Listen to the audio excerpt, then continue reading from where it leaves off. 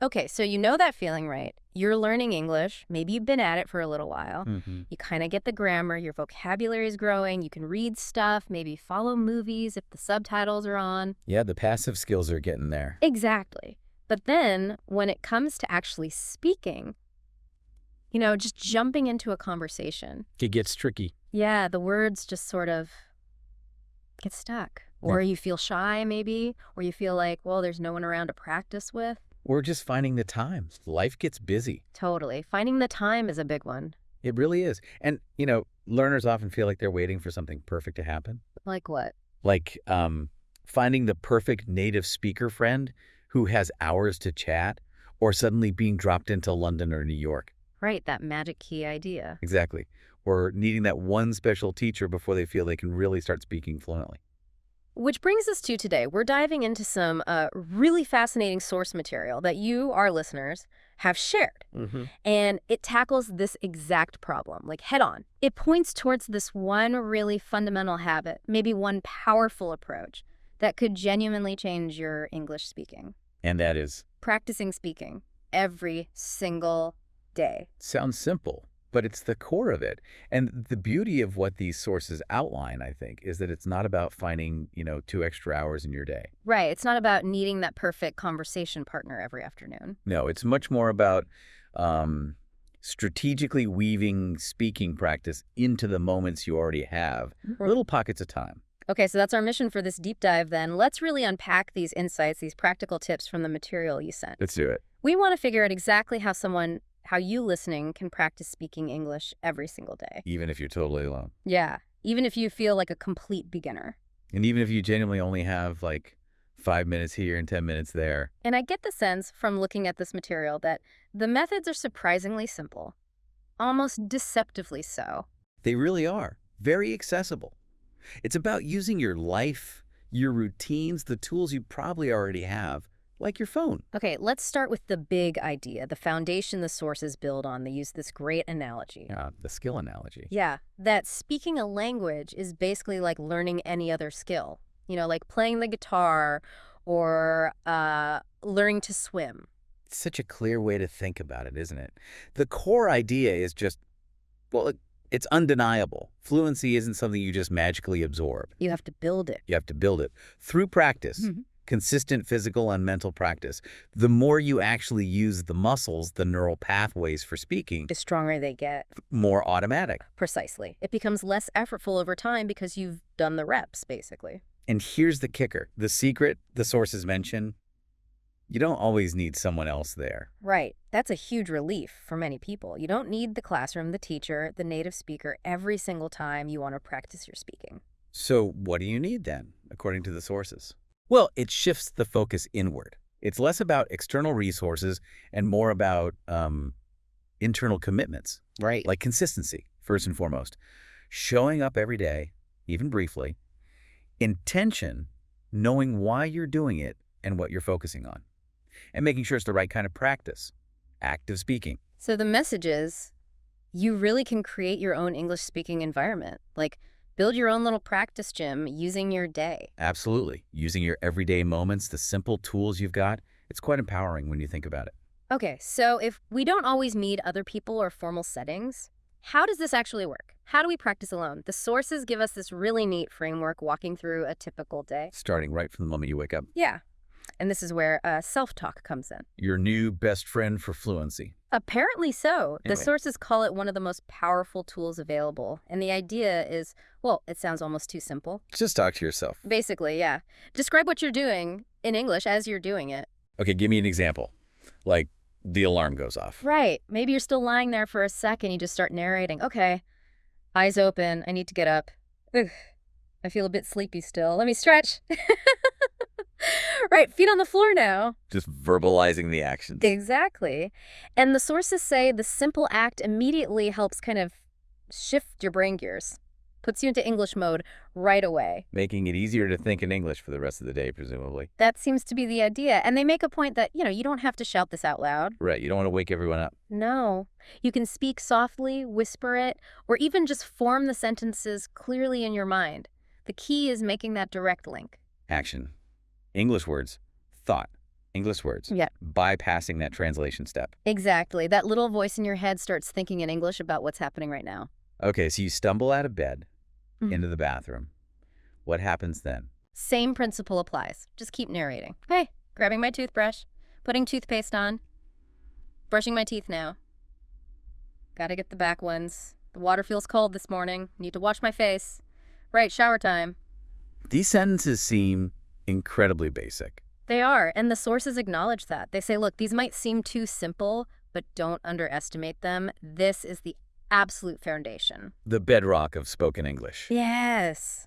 The more automatic these little descriptions become, the easier everything else will eventually feel. It's like practicing scales on a piano, isn't it? That's a great analogy. It doesn't sound like a Mozart concerto when you're doing scales, but you can't play the concerto without mastering the scales. It builds that fundamental muscle memory, the technique. So these simple sentences are building the muscle memory for speaking English. Exactly. For forming thoughts into English words fluidly. Okay, next up, getting dressed. Another opportunity. Definitely. More narration, plus maybe some specific vocabulary practice. Well, you can describe the clothes, the colors.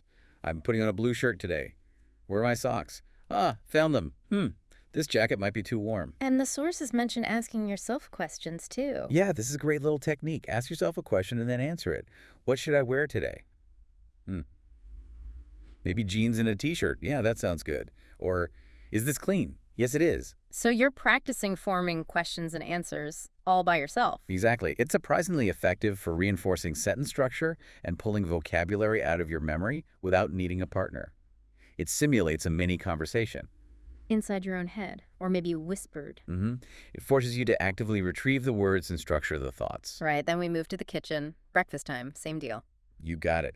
More chances to connect actions and objects with English words. Okay, making coffee. Need to fill the kettle. Where's the coffee? Ah, here. I like my eggs boiled. Let me get some bread. Maybe some jam today. It feels like the goal here is really breaking that habit of thinking in your native language and then translating. That's precisely it.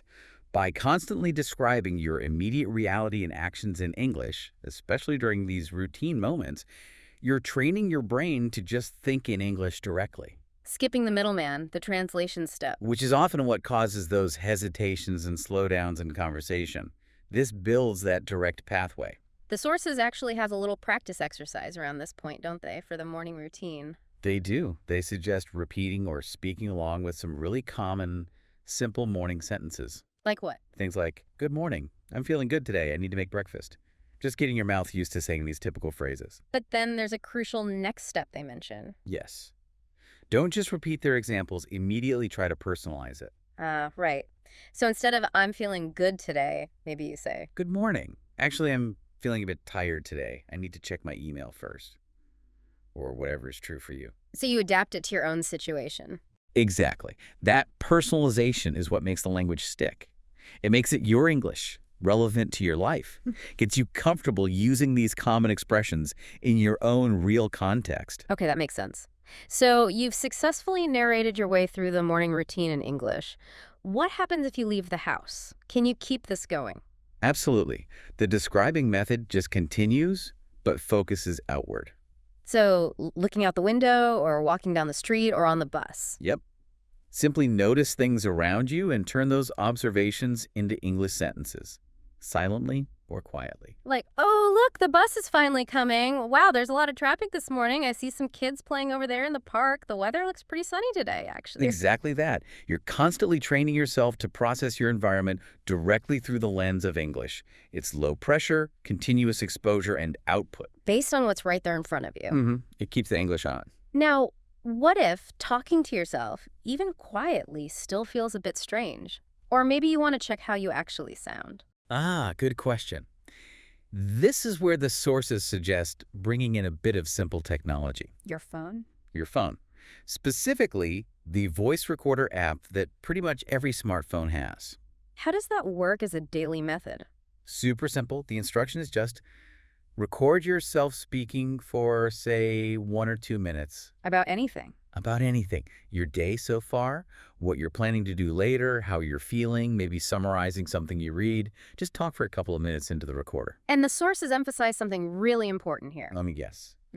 Don't worry about mistakes. Exactly. They make a big point of saying, this is practice. It is not an exam. Don't get hung up on perfection. Just get the words out. Because the real learning benefit comes afterwards, right? When you listen back. Okay, that takes a bit of courage sometimes, hearing your own voice. It really does. But the sources argue it's incredibly valuable feedback. You start to notice things, maybe how you pronounce certain words, your intonation patterns, how your sentences flow or don't flow. And crucially, you'll also start to hear the improvements over time. Maybe the sound gets better, or you use sentence structures more naturally after a few weeks. It's like having a free personal diagnostic tool available 24/7. Absolutely. Yeah. And it makes the practice feel a bit more concrete, too. You've produced something you can review. Okay, another method the sources mention, also really simple but apparently very effective, is just reading aloud. Ah, yes. Good old reading aloud. How does that fit into daily practice? Well, you just grab any short piece of English text. It could be a news article, a paragraph from a book, a short story, even just a long social media post someone wrote. And then? Read it out loud, slowly, clearly. Focus on making the sounds distinctly. What's the main benefit here? It's really about refining the physical act of speaking English. It helps you practice the pronunciation of words, the rhythm of sentences, the stress patterns where the emphasis falls. Things you might miss when reading silently. Exactly. And it builds confidence in just producing the language vocally, getting comfortable with the sounds coming out of your own mouth. The sources claim that even just 5 minutes of this daily can lead to quite rapid growth in speaking skills. And they add a little bonus tip, too. Which is? Try recording yourself reading aloud. Then listen back. Maybe even find an audio version of the same text read by a native speaker, if possible, and compare. Ah, so you can pinpoint specific differences in pronunciation or rhythm. Yeah, it helps you identify areas where you might want to focus your pronunciation practice. Oh, they stress that word differently, or my vowel sound there is a bit off. Okay, these are great practical tools, but let's talk about a major hurdle, something that stops almost everyone at some point, no matter how much they know. Hesitation. Ah, the big one. Freezing up. Yeah. You know the English. Maybe you even know the perfect word, but when the moment comes to actually speak, especially in a real conversation, poof. Yeah. Mind goes blank. Or you just freeze, unable to get the words out. Yeah. That's a huge barrier. And the sources, what do they say about tackling this? They are incredibly direct, like refreshingly blunt about it. Okay. They state very clearly, the only way to reduce hesitation, the only way to eventually get rid of it, is by speaking more. No magic tricks, no secret techniques. Nope. Just more output, more practice actually forming and saying the words. There's no shortcut around the act of speaking itself. It feels like it comes back to a mindset shift, doesn't it? Completely. Yeah. Moving away from this idea that every time you open your mouth, it has to be perfect. And shifting towards. Just aiming for practice, aiming for mileage, getting the words out, even if they're not flawless. And what about mistakes? Because fear of mistakes is often what causes the hesitation. The sources have a really positive spin on mistakes. They frame them not as failures, but as your best teachers. How so? The act of making a mistake, recognizing it, maybe later when you listen back to a recording or just realize it, and then figuring out the correct way, that process actually helps your brain lock in the correct form much more strongly than if you just passively read the rule. So trying and failing is actually better for learning than not trying at all. Way better. Mistakes are data points for improvement. So the core encouragement is just speak. Pretty much. Don't be afraid. Speak to yourself. Use that self-talk we discussed. Speak to your reflection in the mirror. Speak to your pet goldfish. Record yourself speaking. Just get the sounds out. That consistent act of vocalizing, even imperfectly, builds resilience. It gradually wears down that internal editor, that fear of judgment that causes the hesitation. Okay, so we've talked about describing the present moment, recording yourself, reading aloud. What about preparing for future situations? Ah, this is where the sources introduce imagining and role-playing daily scenarios. So it takes that self-talk idea but gives it a specific goal. Exactly. Instead of just narrating what you were doing, you imagine a common situation and practice the language you would need in that situation. You used the grocery store example, right? Yeah, it's a good one. You literally picture yourself there. Maybe you're walking down the aisle. What would you need to say? Okay, I need a shopping cart first. Where are the vegetables? Ah, over there. These tomatoes look good. How much are the onions? I also need some milk. Is this the bread aisle? Excuse me, where can I find pasta? Exactly like that. You run through the potential interactions in your head or out loud quietly. And the benefit is, You're preloading your brain. hmm, You're practicing the specific phrases and vocabulary related to that common situation. So when you actually go to the grocery store, the language feels more familiar, more accessible. less panic, more confidence. Precisely. It trains your brain to anticipate the language needed for different contexts, making retrieval faster and more automatic when the real situation happens. It's like doing a mental rehearsal. They also had an example about calling a friend. Mhm.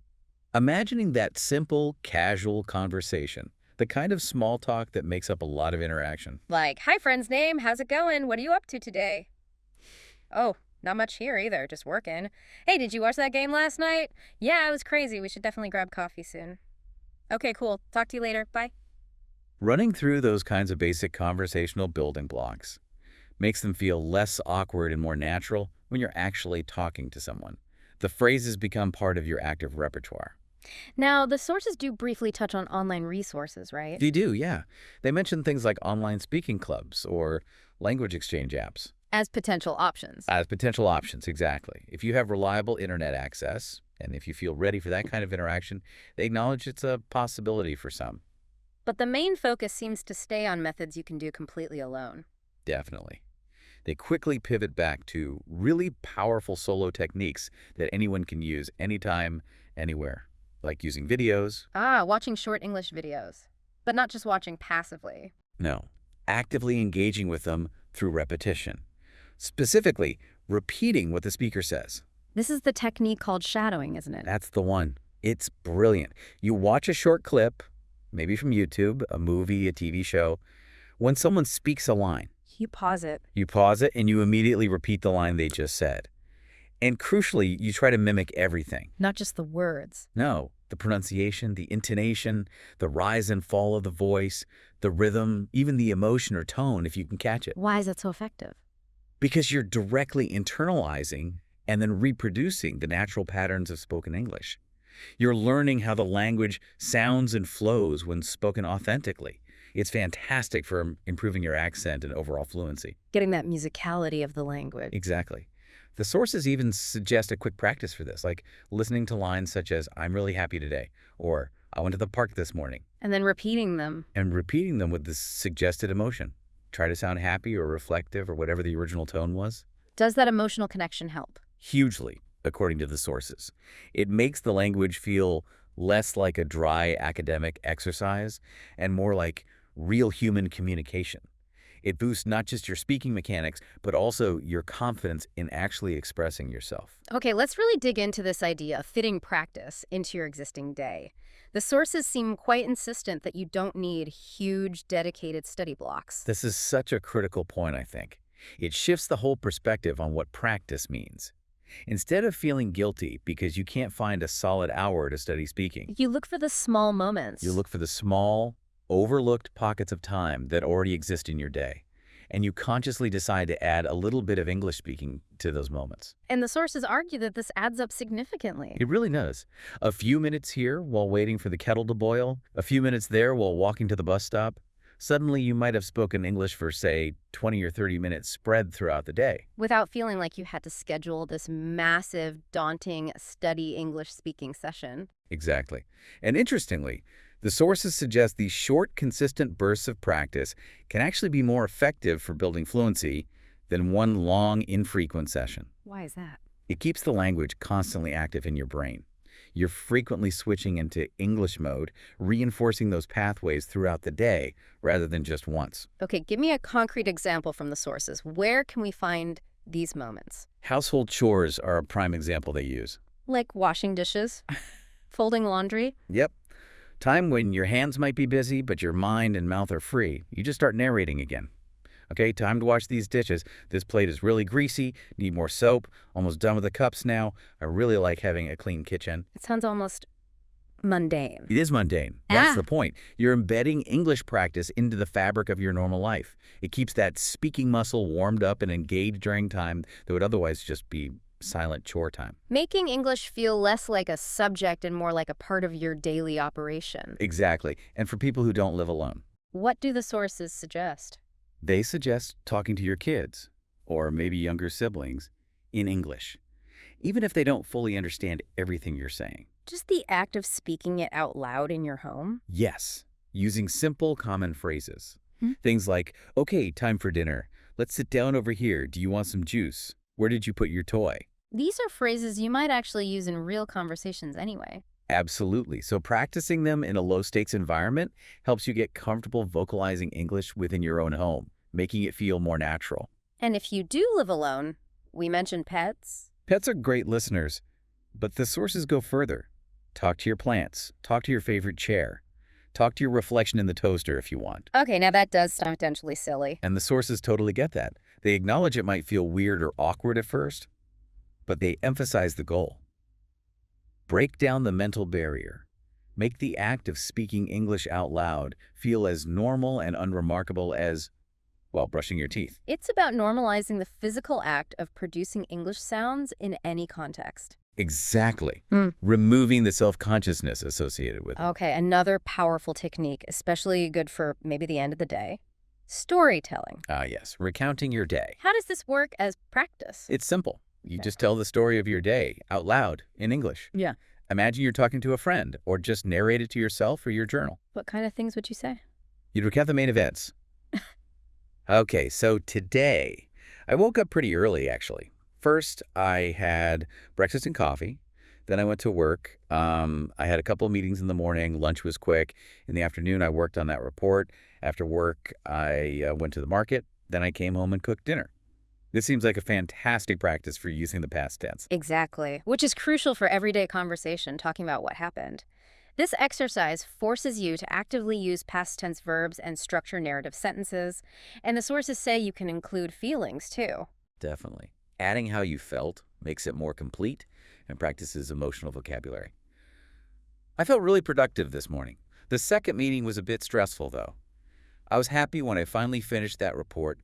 I felt quite tired by the evening. So it helps you connect feelings to English words and express yourself more fully. And it helps you build coherence, linking sentences and ideas together in a logical sequence, just like telling a story to a friend. Is there a practice suggestion for this one too? Yep. Think about yesterday. Try to speak about it, maybe using some starter sentences provided like, yesterday I woke up around 7:30 holy. Then the key is to pause their example and try it for your actual yesterday. Tailoring it again. Always tailoring it. And the goal is to try and speak continuously for a minute or two, without stopping too much to search for words. Build that fluency, that flow. Okay, what about people who enjoy reading? Is there a speaking practice linked to that? Yes, the sources suggest summarizing. How does that work? You read something simple in English, maybe a short news story, a children's story, a blog post. After reading it, put it aside and try to summarize the main points aloud in your own words. They gave that example about a lost phone story, didn't they? They did. Something like, okay, so this story, it was about a boy. And he lost his phone. I think it was on the bus. He was really upset. Naturally, he asked some people if they'd seen it. And then finally, some kind man found it and gave it back. So the boy was super happy in the end. So you're not just reading, you're processing and then reproducing the information. Exactly. It hits multiple skills at once. You practice speaking, obviously, but you also improve your reading comprehension, your memory recall, and your ability to construct coherent sentences to explain something. Retelling information is a very common conversational skill. It really is. This method moves you from just passively understanding the text to actively producing language based on it, reformulating it in your own voice. Okay, here's a really modern tip from the sources. Using your phone again, but this time, the Reminders app. Ah, the scheduled practice prompts. Yeah, how does this one work? It's clever. You literally set a couple of reminders on your phone for different times during the day, maybe 10 a.m., 2 p.m., 6 p.m., and the reminder message is simple. Speak English for 5 minutes. And when it tops up? You stop what you're doing, if possible, for just those 5 minutes, and you speak English. Speak about what? About whatever's happening right then. Narrate your current actions. Describe how you're feeling. Talk about what you're thinking about or what you need to do next. They had that 2 p.m. example, right? Yeah, like the reminder goes off. Okay, 2 p.m. reminder time. Right now I'm sitting at my computer, feeling a bit hungry actually. I should probably drink some water. I'm thinking about that email I need to send later. Just 5 minutes of immediate present moment narration. Exactly. And the sources make a bold claim about this. Which is? That these scattered, small practice sessions done consistently multiple times a day can genuinely transform your fluency level. It's the power of accumulation. Little and often adds up. Precisely. The cumulative effect is way bigger than you might think. Building on that idea of integrating English, the sources talk about actively creating an English environment around you, even if no one else around you speaks it. Yeah, making English more visible and present in your physical space. What kind of concrete steps do they suggest? Things like changing your phone's language setting to English. That immerses you immediately. Okay, that's a simple one. Writing your daily to-do list or shopping list in English. Another practical switch. And using sticky notes. Put notes with new English words or useful phrases on objects around your room, on the mirror, the fridge, your desk. And the key is not just seeing them. No. The key is to say the word or phrase out loud, maybe in a short sentence, every time you notice the sticky note. So it connects seeing the word with actually using it vocally. Exactly. This ties right back into effective vocabulary learning. Don't just memorize lists silently. Actively use the new words. Even if it's just in self-talk or a simple sentence to yourself. Absolutely. They use the example of learning the word delicious. Don't just think delicious and tasty. What should you do? Say things like, this apple is delicious. Or, I hope dinner is delicious tonight. Or, I had a delicious piece of cake yesterday.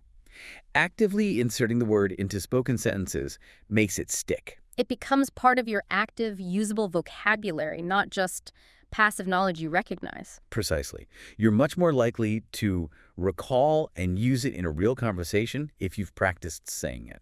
Okay, let's loop back to mirror practice for a second. We mentioned it briefly, but the sources seem to highlight a specific benefit beyond just speaking. The confidence aspect. Yes, talk about that. So the act is simple. Stand in front of a mirror and speak English. Look at yourself, your face, your eyes. Watch your mouth forming the words. Why does this help with confidence, specifically? It directly addresses the visual and physical side of speaking that can make people self-conscious. You get used to seeing yourself speak English, it demystifies it a bit. And it helps you connect with the person speaking, which is you. Exactly. But the sources go further and suggest using this time for specific confidence-building affirmations. Like positive self-talk. Yes, saying things directly to your reflection, like, today I will speak English confidently, or I believe in myself and my ability to learn, or I am improving every single day. So you're actively programming a more positive mindset about your speaking ability. You are. It directly tackles that inner critic, that voice saying, you're not good enough or you sound silly. It's about reinforcing self-belief. Then reminding yourself, as the sources mention, that everyone starts somewhere. Every fluent speaker was once a beginner struggling just like you might be now. Acknowledging the journey and your progress, even just to yourself in the mirror, is incredibly motivating. It shifts focus from perceived flaws to ongoing improvement. Okay, now let's move on to more structured role play. This seems like a step up from just imagining scenarios. It is. Here, you're not just thinking about the situation, you're actively performing it, acting out the different parts of the conversation in English. The restaurant scenario is a classic example they use. Right. You could play both roles or just your own. Imagine walking in. Good evening. Do you have a table for two? Then maybe the host line, then back to you. Great, thank you. Can we see the menu, please? Then ordering. Okay, I think I'll have the chicken sandwich. And could I just get a glass of water, please? Maybe commenting on the food. This is really good. And finally, excuse me, could we have the bill, please? So you're rehearsing the entire interaction. Exactly. Practicing these specific common interaction scripts prepares you thoroughly for when you encounter them in real life. Yeah. They feel much less daunting because you've done them before. The airport scenario is another really practical one they mentioned. Super useful. Imagine approaching the check-in desk. Hi, I'm checking in for the flight to London. Here's my passport. I have one bag to check in. Asking for things. Could I possibly get a window seat? Or, what time does boarding start for this flight? And thanking them. Great, thank you very much. Have a nice day. Again, running through these practical dialogues makes them feel almost automatic when the time comes. It embeds the language so deeply through repeated practice. You arrive at the actual airport, and those phrases are right there, ready to use because you've practiced them daily. This leads nicely into another method the sources highlight as really effective daily practice. Asking yourself questions and then answering them. Ah, yes, the internal Q&A session. We touched on it with getting dressed, but this seems broader. Why is it so good? It's fantastic for training your brain to think and respond quickly in English. You're practicing both sides of a basic conversational exchange, formulating a question and formulating an answer. So it speeds up your processing time. It really does. The sources suggest using simple, everyday question and answer sets. Like what? Give me some examples from the material. Okay, things like Q. Yeah. What did I eat for breakfast this morning? A. I had some yogurt and granola. Or Q. What do I really need to get done today? Hey. Okay, I must finish that report, and I need to call the bank, and I want to try and go for a walk. So planning and recounting. Exactly. Or simple present facts. Q. What time is it right now? A. It's just after 10:30. Q. What's the weather doing? A. Actually, it started raining now. And about yourself. Yeah, checking in. Q. How am I feeling right now? A. I feel pretty good, actually. Bit busy, but okay. Or I feel a little tired. The sources recommend doing this regularly, like morning and night. Yeah, they suggest maybe spending just a couple of minutes each morning and evening running through these kinds of simple Q&As with yourself. Why then? To build that solid habit of thinking and responding directly in English without constantly translating it back and forth from your native language for these fundamental exchanges. It makes those basic interactions almost reflexive. That's the goal. And they also suggest trying this while looking in the mirror, like we discussed, or even while you're out walking. Adds another layer. Practicing while doing something else, or seeing yourself. Reinforces speaking without fear. Okay, let's take using media TV shows, videos one step further. We talked about shadowing, just repeating, but the sources suggest a more interactive way too. Yes, moving beyond pure mimicry to actual participation, in a way. How does that work? So the first step is still the same. A character says a line, you pause, you repeat it, copying their tone and speed as best you can. Okay, got that. What's next? The next step is the interactive part. Imagine you are actually in that scene. After repeating their line, say your own line back, as if you were responding to them or adding to the conversation. Oh, interesting. So if the character says, I'm just going to the store. You first repeat, I'm just going to the store. Then you add your own contribution, like, oh, okay, do you need me to grab anything while you're out? Or mind if I tag along? I need some fresh air. So you're improvising a response within the context of the show? Exactly. It turns passive watching into active participation. It's fun, first of all. But it also helps you learn how real conversations flow, the back and forth, the natural reactions, the segues. You're practicing applying the English, in a dynamic, albeit imaginary situation. It's a really clever way to practice conversational turns and improvisation skills, all based on authentic input from the show. Let's quickly circle back to shadowing again. The sources seem to revisit it, specifically addressing a common issue. Which is? Sounding robotic. Or focusing so much on getting the grammar perfect that you lose the natural flow, the rhythm of the language. Ah, yes. Analysis paralysis killing the music of the language. Exactly. So how does shadowing help with that specifically? This is where the emphasis in shadowing shifts slightly. It's not just about saying the right words, but about matching the delivery, the tone, the speed, the rhythm, the pauses, the emphasis. The musicality we mentioned? Precisely. You choose your short audio clip, podcast, YouTube, whatever. Listen to just one sentence.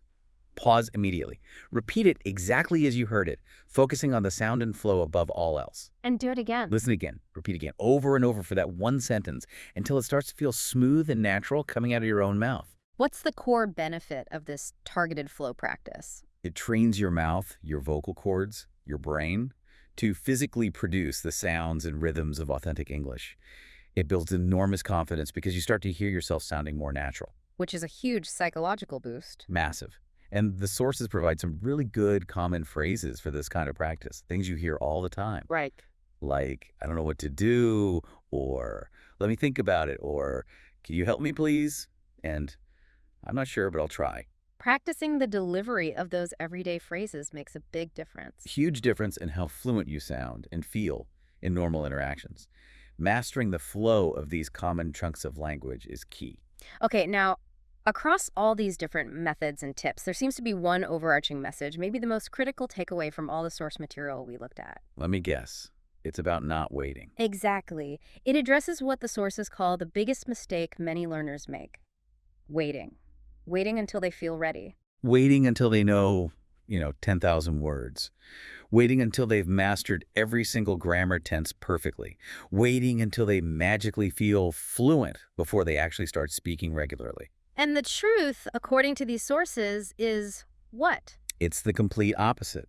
The only path to becoming fluent, the only way to get ready, is by speaking. Starting right now. Today. Today. Every day.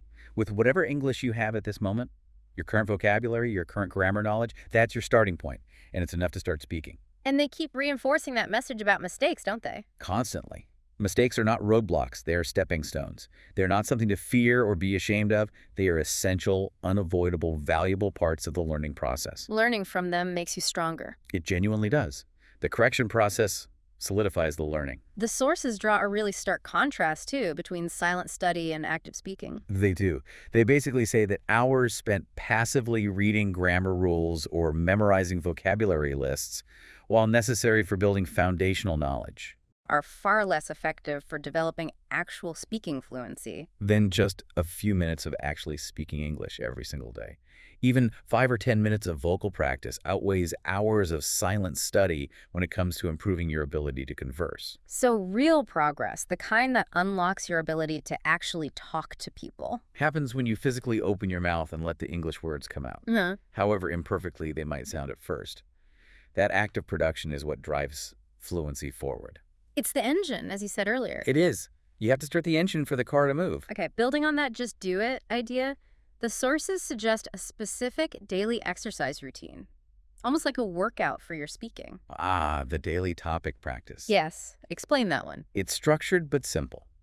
Every day you choose a topic, a simple everyday topic. Like what? Could be anything. Your favorite food, your best friend, your hometown, your job or studies, your dreams for the future, your morning routine, what you did last weekend, your plans for next weekend.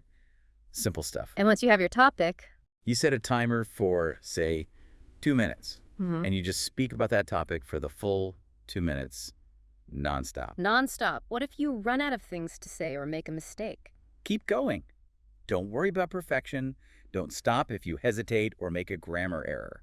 The goal isn't a perfect speech. The goal is continuous speaking, pushing yourself to keep talking, keep forming thoughts in English for that set period. They give an example paragraph for favorite season, I remember. Yeah, something like, okay, my favorite season is definitely winter.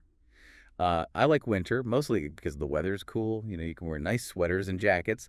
Plus, sometimes it snows where I live, and that looks really beautiful. I also enjoy drinking hot chocolate or tea in the winter, and just keep going like that. What's the main benefit of this particular exercise? It builds speaking stamina. It helps you practice linking ideas together and speaking for a sustained period, more like a real conversation or telling a story. And it forces you to think on your feet in English. Working with the language you have under a little bit of time pressure? Exactly. Which is great preparation for real-world interactions. Okay, we've covered a ton of methods. But what about motivation? It's easy to start strong, but keeping it up day after day, that can be tough. The sources address this, right? They do. They acknowledge that there will be days when you feel tired or bored or discouraged, when you just don't feel like practicing. So what's the advice then? Anchor yourself in your why. Remember why you started learning English in the first place. Your original motivation? Yes. Was it for a better job? To travel? To connect with family or friends? To study abroad? For the love of movies or music? Whatever that core reason was, keep it front and center. Remind yourself of it often, especially on the tough days. And they also talk about framing practice as a habit. Critically important, motivation comes and goes. It's unreliable. Habits, on the other hand, are systems. They run even when motivation is low. So don't rely on feeling motivated to practice. Exactly.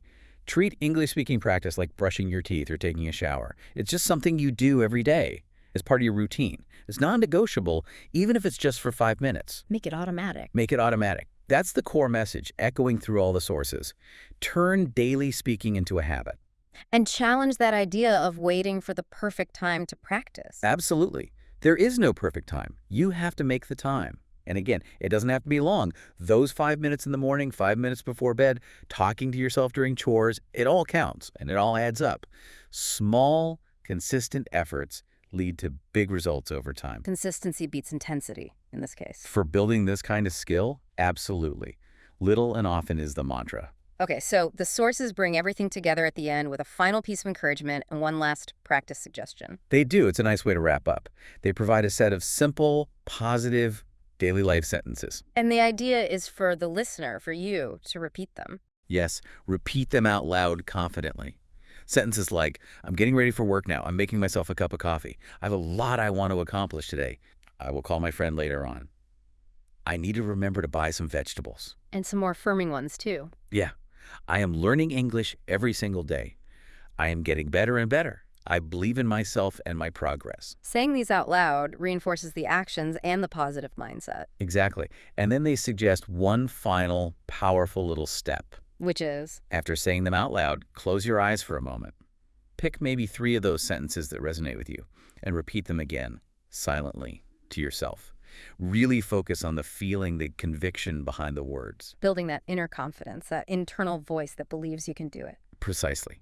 It's about solidifying that self-belief, that readiness to speak when the opportunity comes. Wow. Okay, so as we've gone through all these different methods and insights from the source material you all shared with us, the overwhelming message seems crystal clear. Fluency in English speaking. It's not about waiting for perfection before you start. It's built step by step through the consistent act of speaking itself.